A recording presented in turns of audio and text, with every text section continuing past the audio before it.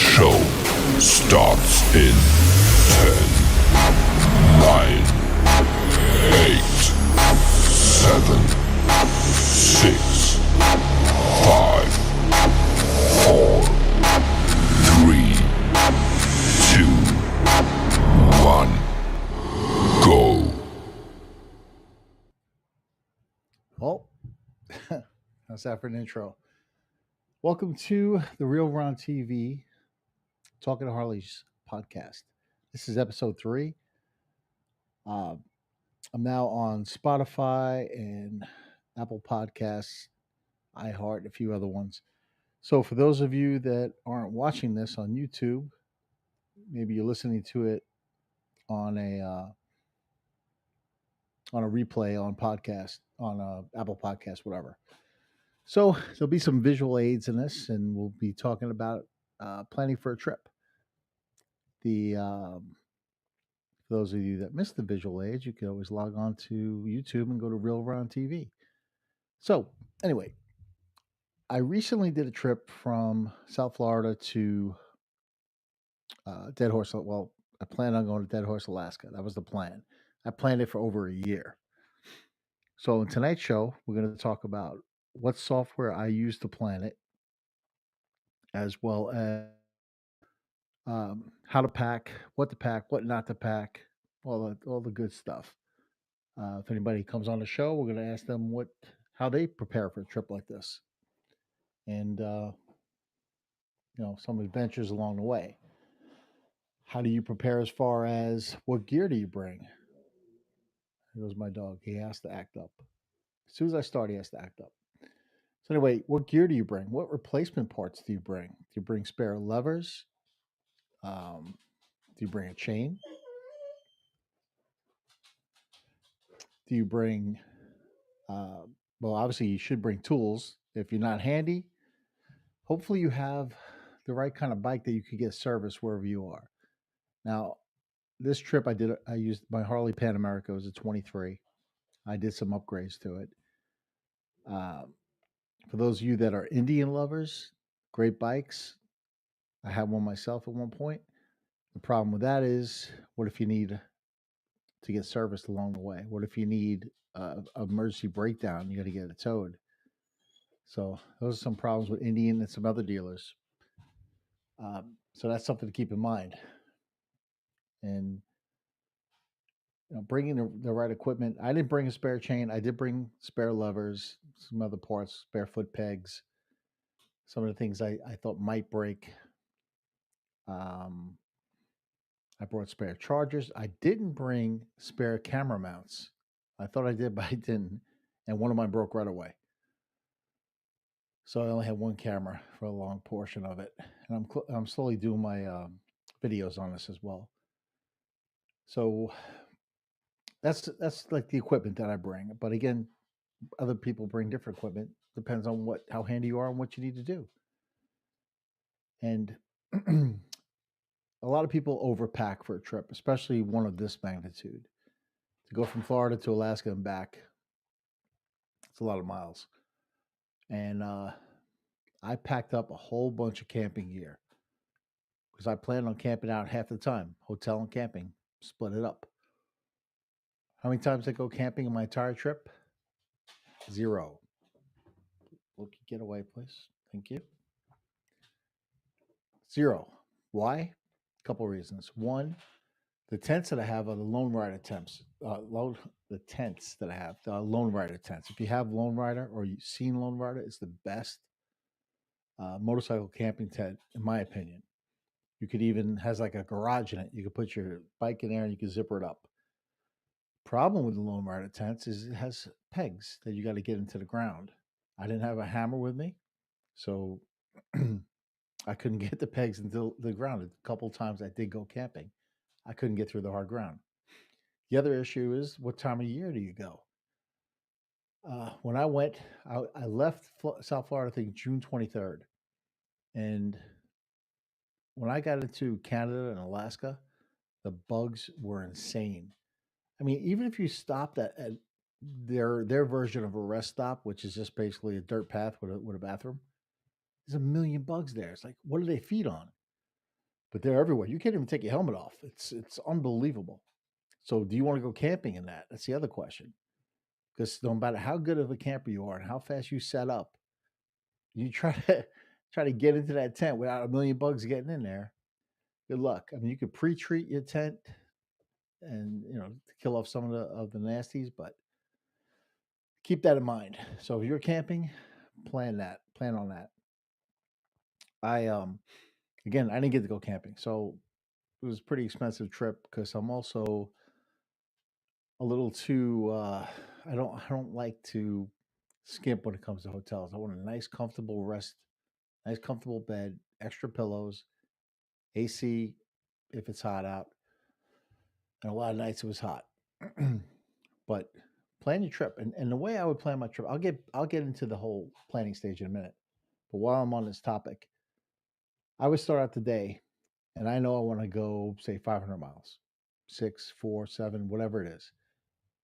And if I want to do 500 miles on a day, I would pick where a hotel I wanted to stay at that's roughly in that mileage range. So say it's 500 miles. I would look for certain hotels that were right off the roadway. Good, classy hotels, decent hotels, not the best, not the worst, pretty good. And I would plan my trip accordingly. So then I picked the hotel. I would then plan my trips roughly 100-mile segments, give or take. Sometimes I want more. Sometimes this way I didn't have to worry about running out of gas. And if you use Google navigation, you can pick the gas stations along the route. So know roughly, if you do 50 miles, 100 miles, whatever it is, you can plan the gas stations in those segments. That's the way I plan that. Now, what kind of software did I use? Now, hold on one second. So the planning stage is actually a lot of fun. And I used MRA Route Planner. And I'm going to share my screen here. Hold on one second.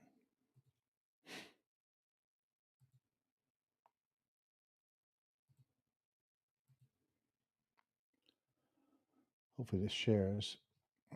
I don't see it on the screen yet.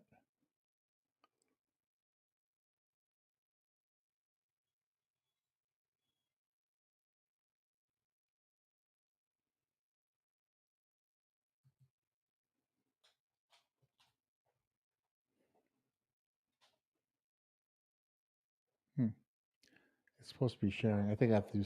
Oh, here it goes. I have to add this to the scene. There we go.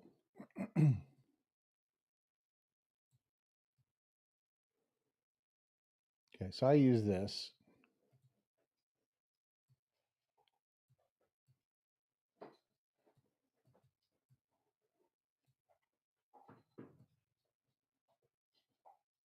This is my Alaska trip.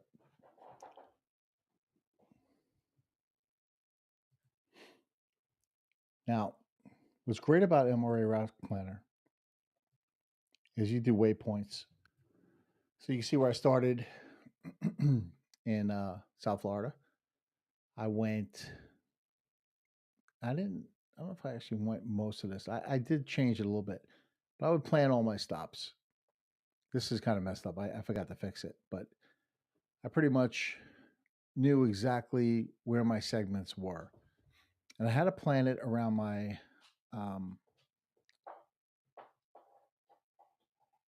my service states too, depending on my miles. So I kind of knew where I had to be to get within range of service the next day. So what's great about this is you can see supposedly I'd be there in 8 days. Then I go through here, up through Alaska to Deadhorse. So that was the plan. Through Whitehorse. So this is the route I went. Coming back, I went a different route. This is not the best route to go. Talk about the best way to actually plan and go through Canada. There's better ways to go than what I did. Again, I learned the hard way. Another thing about Canada is you got to prepay for your gas before you get gas, but it's really a limit. So say if you know you're going to put $20 of US into your gas tank, you can put a max of 25 and it won't charge you the extra. So if you are doing that, what's great about this is, and you can animate it and do all this other stuff, but you could add a waypoint. So like say I want to go to St. Paul, you can put an address in there. Let's just go with this address for now. So if I want to do this and add St. Paul to this, it's going to put it at 17. So basically, if you go to waypoints here, and St. Paul is at 17, but I want to go there from 3 somewhere. I want to skip out this. So I want to go between 3 and 8. So you just move St. Paul up somewhere around here.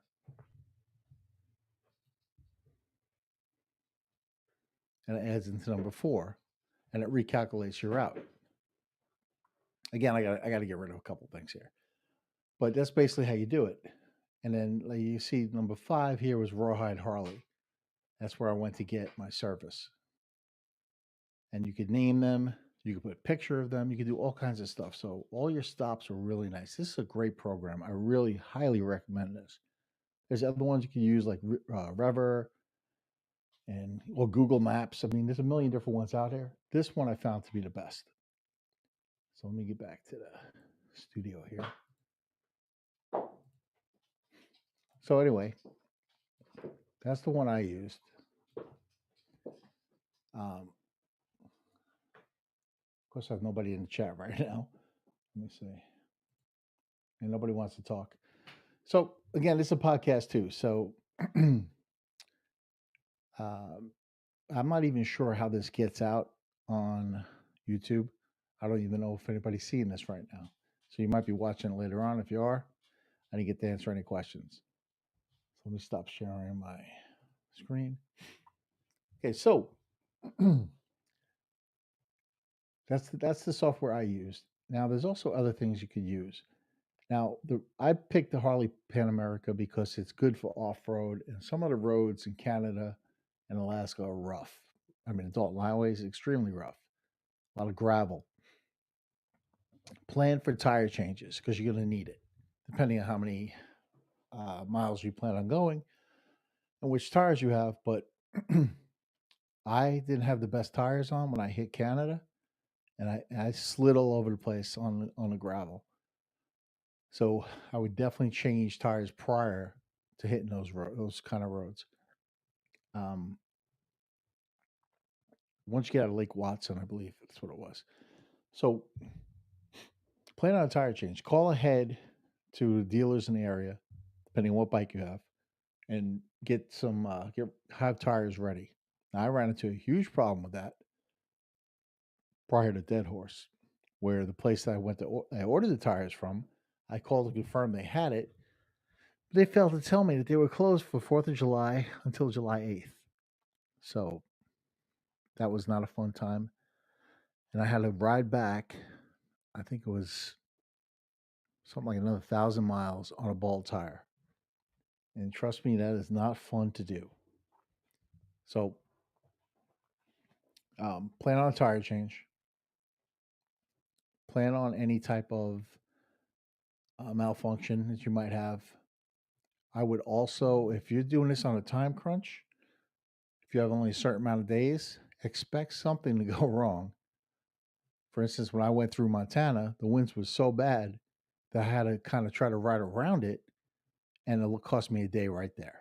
So luckily, I had no mechanical breakdowns, except for the tire, which also caused me to reroute. But plan on that. Also, plan in a couple of rest days. When I got to Whitehorse, I spent an extra night there. It was nice. I liked Whitehorse. So, was it Whitehorse? Yeah, I think it was Whitehorse. Anyway, plan on a rest day or two. If you're on that time crunch, you just got to speed through. But time crunch and you got to do 600 miles a day to make where you want to go, it's not as fun of a trip. If you got planned an extra couple of days and you only do, say, 400 or 500 miles a day, it's a lot easier on you. And you have time to stop and see things. Now, that's another thing. I told myself that when I planned this trip, that I was going to stop and take drone footage. I was going to stop at the sites I'd like to see. I did a little bit. I went to Mount Rushmore, which wasn't on the plan, but it wasn't far away. So I did Mount Rushmore. And I, however, failed to put up my drone. Because first of all, Canada is like, they're like Nazis with drones. You can't put your drone up, especially if it's any type of national park. Forget it. The mounted police come out from nowhere. Now, if you're worried about getting pulled over, I saw like 2 Canada cops the entire time, so that's not going to happen.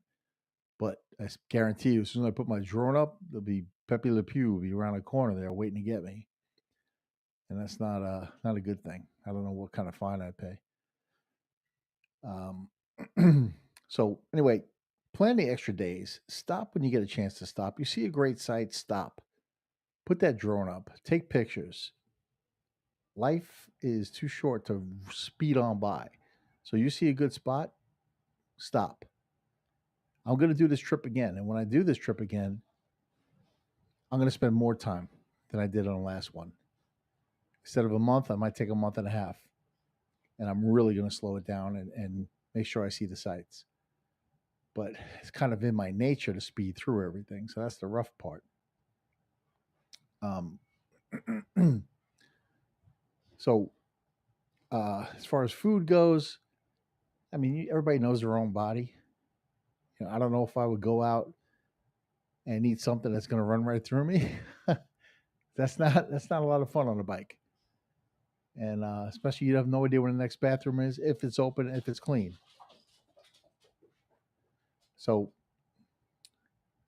plan your stops, eat sensible food. Don't push it to the limit.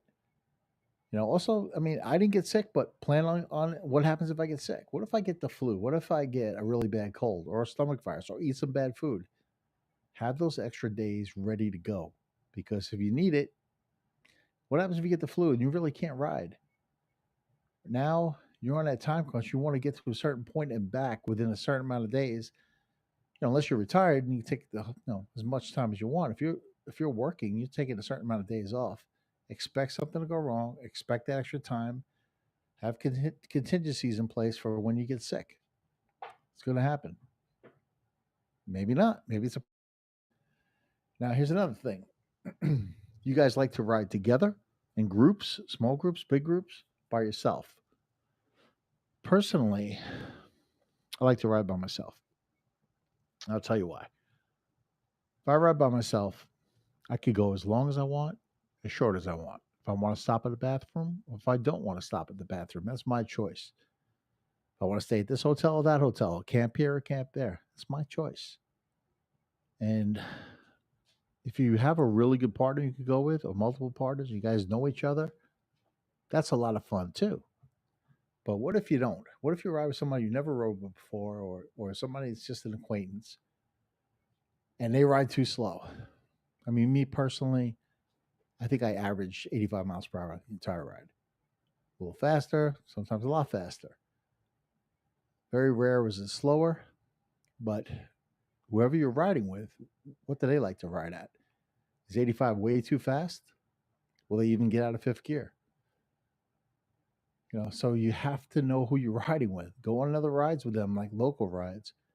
Because if you guys can't, a trip from Florida to Alaska, if I couldn't go above 70 miles per hour, I probably would have fell asleep on the bike. To me, that's just me. That's my personal style of riding. Somebody else might be doing 95, 100. They like to speed right through it, especially if you're on a sport bike.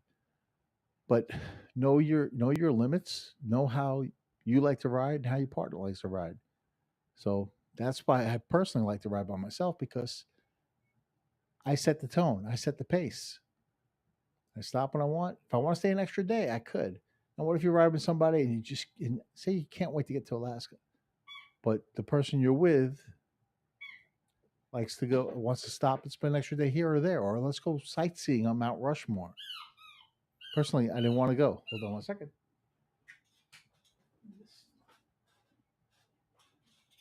Stupid squeaky toys. So sorry about that. Anybody want my dog? He's a Doberman. I'll give him away to the lucky person that guesses a number. I'm thinking of a number between 1 and 2. If you guess it right, I'll give you a hint. It's not 1. If you guess the number right, you can have him. Now he's going to cry for this toy. Stop it. So, you want my dog? Take it. I'm just kidding. He's my dog. I'm not giving him up, but he drives me crazy. So anyway, that's why I like to ride alone. Everybody has their own thing. I used to belong to a local club. These guys never like to ride. Now I love group rides. Don't get me wrong. There's nothing like it. I mean, you go as a group, you go hang out together. Maybe you do a couple 100 miles, stay overnight somewhere. Everybody hangs out as a group. That's great. I'm talking long distance though. I'm not talking about a weekend trip. Weekend trip is totally different. I'm talking putting down some major miles. You're gonna put down some major miles. Know your group. Be ready to go. Whether you like to go by yourself or not, and plan it that way. But local group rides, that's great. There's nothing better than that. So, it's just different on a long group. So let's see what else I have topics here.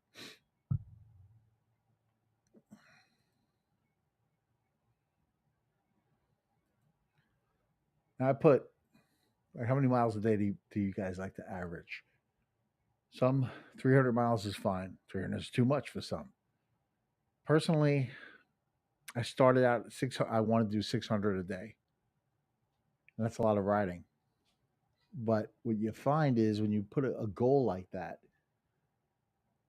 you spend a lot of time sleeping. I mean, you're trying to spend a lot of time sleeping. By the time you get into a hotel, it's probably going to be, depending on what time you leave in the morning, it's probably going to be 9 o'clock, roughly 10. And you got to try to get up and do the same thing, and you're going to be behind because every day it's going to be a little bit later.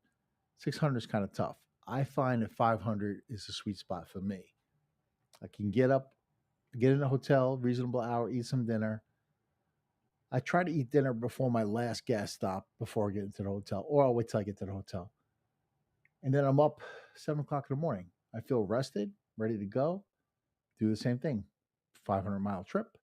I do 100-mile segments, stop roughly 5 times for gas, maybe 6 if I spread it out a little bit, and stop for lunch. But every time I stop, I drink a Gatorade, at least. I try to stay hydrated the entire time because that'll sneak up on you. But as far as how many miles do you like to go, it really depends. Again, if you're in a group, what is the group? If you're by yourself, you pick it. But when you plan for this trip, plan with, roughly how many miles you think it would be. Don't plan for pushing it. If 600 miles is pushing it, don't route your whole trip out for 600 miles. And you don't make that 600 miles, now you're behind. Now what are you going to do? You're going to try to do 700 the next day? That's something to think about. So maybe plan your trip for 500 miles just for the sake of argument here. So maybe 500 miles is enough.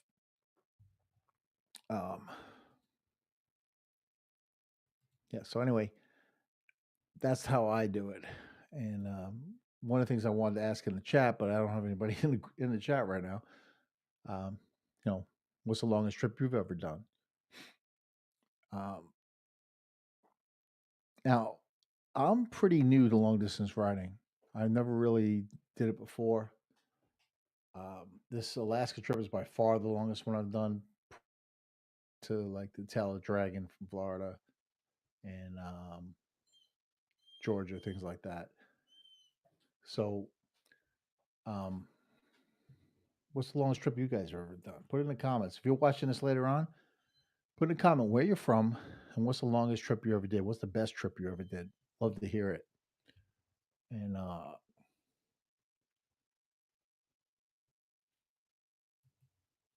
so what else I got to cover? Again, overpacking. I had a huge bag full of all my camping gear.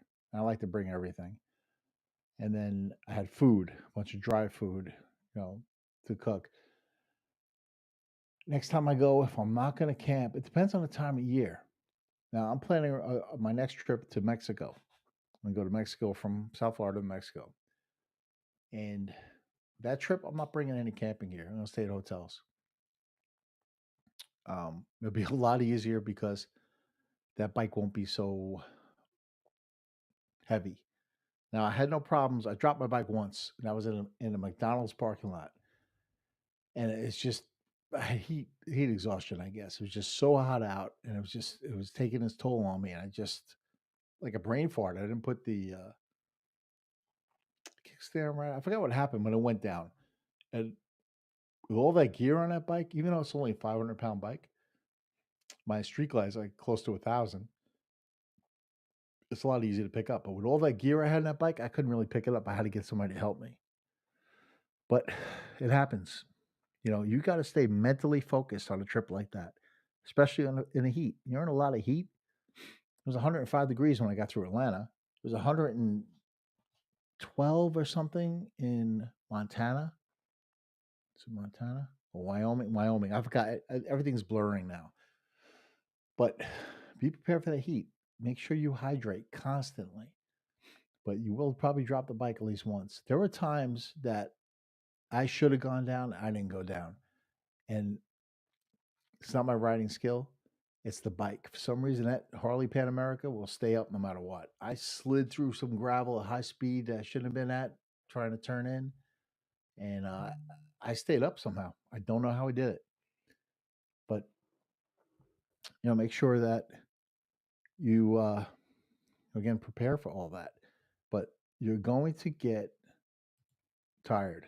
There's no doubt about it. So plan that into your trip. And you shouldn't push it. If you're getting tired, exhausted, stop at a hotel for a night. Again, these are the contingency days that you plan. Take the extra days. Don't push it another 100 miles. You're that tired and the heat got to you, do that. It's been raining all day and you just gotta dry off. I mean, the other thing, let's talk about gear real quick.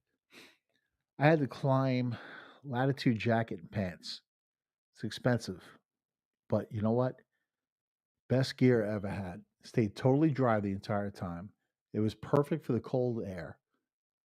I couldn't have wore it like in Atlanta and Wyoming and those areas because it was just too damn hot.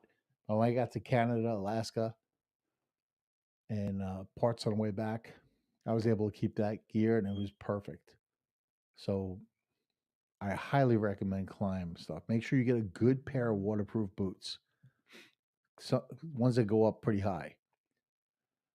The problem is when you try out these waterproof boots, some say they're waterproof, Gore-Tex, whatever.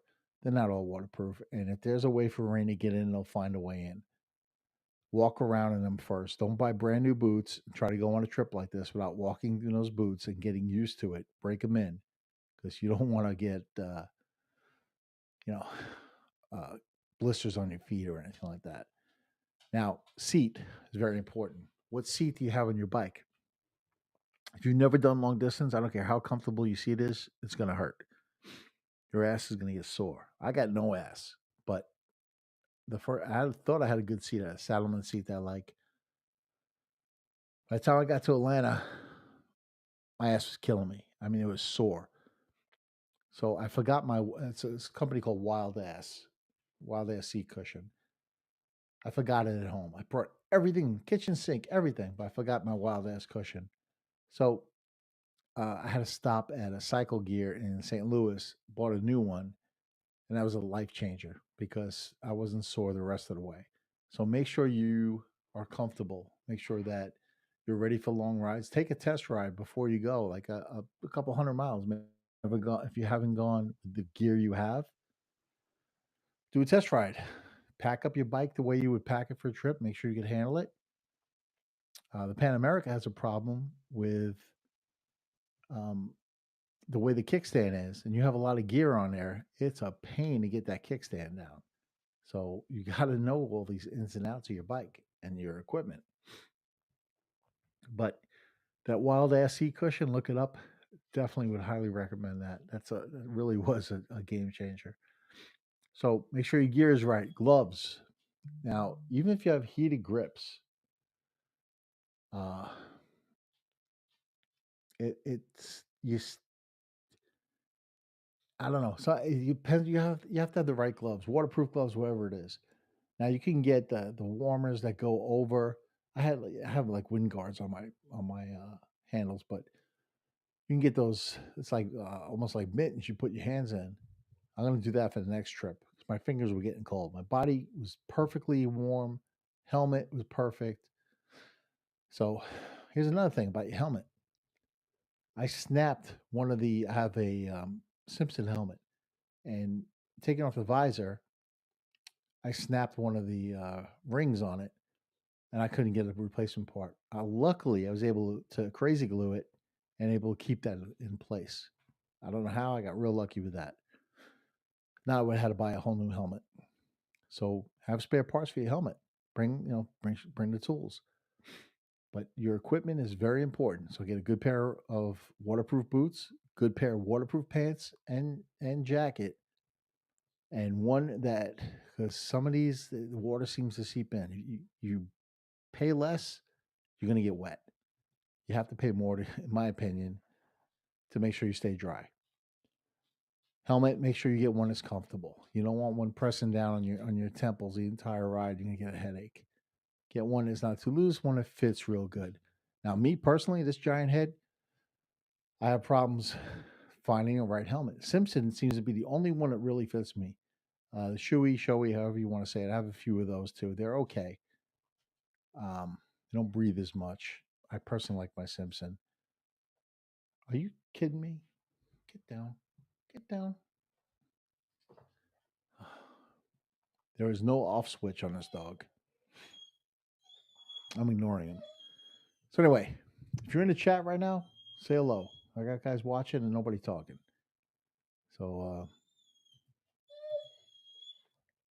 please stop. So anyway, it's like he's jealous I'm talking to you guys. Enough. So that covers helmets. If you stay in hotels, you don't have to worry about so many toiletries. You gotta shave, whatever. Just bring toothpaste. Every hotel has shampoo and conditioner. You save some room there. Now, as far as the clothes, if you stay in hotels, you could do laundry in almost every single hotel you go to. So you don't need that much. I wish I did the same thing, but because I didn't know what the weather was going to be, hot and cold, I had to bring extra stuff. So I brought too much still. You don't need multiple pairs of pants. You don't need like 100 socks. How you do if you don't have good gear and your feet get wet. But pants, shirts, just bring a few pair of each. Jackets. It's easier if you know the climate you're going to be going to, but when it varies, like for instance, when I got to Atlanta, it was 104 degrees. Deadhorse was calling for 36 degrees and snowing. So I really wasn't ready for that. So be prepared for every possible contingency, but at the same time, you got to watch what you're packing. Don't pack the non-essential stuff. Just be prepared for the elements. So, oh God, Potterhead. Let's see if this shows up. Potterhead was late. It's 2 laps around the YouTube studio. No lateness on my watch. Anyway,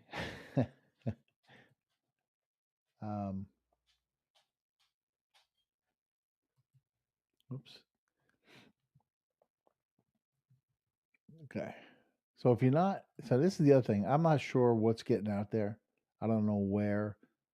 I'm trying to figure out this whole thing like on YouTube. So sometimes it's not showing up, and that's why I have like nobody chatting right now. I was also broadcasting the YouTube to Facebook Live, Instagram. I was doing on there. There's other ways to go, but this podcast really, I'm trying to get it to take off. I'm going to start doing it weekly. I have other co-hosts that I do this with, Stogaside, if he's watching. And I'm going to start bringing on people that have other YouTube channels. So if you have a YouTube channel and you want to be on, let me know. I'll bring you on. We'll talk about your stuff and your channel, all the good stuff. I'm going to also bring on some companies that have new products that are out. We'll talk about their products. So a lot coming down the pipe or pike, whatever you want to call it. But that's later on. But for today, it's just really about that trip. So again, if you're listening to this now, comment on where your favorite ride is to, what bike you rode in, and where you're from, where you're leaving from. What's the next big ride? Again, my next ride is Mexico. So I'll be doing that soon. So I'm going to wrap this up now. I just wanted to get on and talk about that real quick. And I'm going to go put my dog outside and lock the door because he's driving me crazy. So that's it. Thanks for watching. Well, thanks for listening if you listen to the podcast. I'll figure this out eventually. Potterhead, you're not excused. You're my only fan here tonight, and you were late. It's crushing. Otherwise, everybody else, ride safe. Hit the subscribe, like, and the notification bell so you could be on the next one. And in the future, if you guys want to call in, and I'll add you to the group. I'll send you the link. It's very easy. You follow the link, and you're live. And I'll talk to you next time.